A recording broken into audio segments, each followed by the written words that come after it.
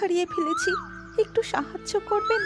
আমার ছোট ছেলেটার খুব খিদে পেয়েছে, আর ছোট মেয়েটা ক্লান্ত হয়ে গিয়ে হাঁটতে পারছে না। আমরা কি এখানে কিছুক্ষণের জন্য বিশ্রাম করতে পারি? যদি খাওয়ার জন্য কিছু পাওয়া যেত তাহলে আমি আপনাদের কাছে কৃতজ্ঞ থাকতাম। তোমরা কি আমাদের দেখতে পাচ্ছ? তাহলে আমাদের দেখে ভয় করছে না? আমাদের দেখে তো সবাই ভয় পালায়। ভয় কিসের জন্য? আপনারা নিজেরা তো এমন জীবন বেছে নেননি, হয়তো কোনো কর্মের ফল হিসাবে এমন জীবন আপনারা পেয়েছেন। কত ভালো কথা বলেন আপনি। আমরা এক্ষুনি আপনার জন্য কিছু খাবার ব্যবস্থা করছি। আপনি বসুন। আমরা দুর্গা মায়ের পুজোর জন্য কিছু ফলের ব্যবস্থা করেছিলাম, কিন্তু এখন তো আর পুজো হবে না।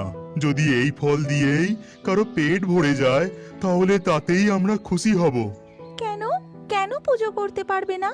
দুর্গা মায়ের পুজো করা আমাদের কপালে নেই বলেই মনে হচ্ছে। কাল রাত্রির ঝড় বৃষ্টিতে আমাদের দুর্গা ঠাকুরের মূর্তি কোথায় ভেসে গেছে। ছোট ছেলেটা ততক্ষণে সেখানে রাখা ফল আর মোদকগুলো খেতে শুরু করেছিল। দেখো, আমি জানি যে তোমাদের মন খুবই বিচলিত হয়ে রয়েছে। মনকে শান্ত করো। পুজো মন থেকে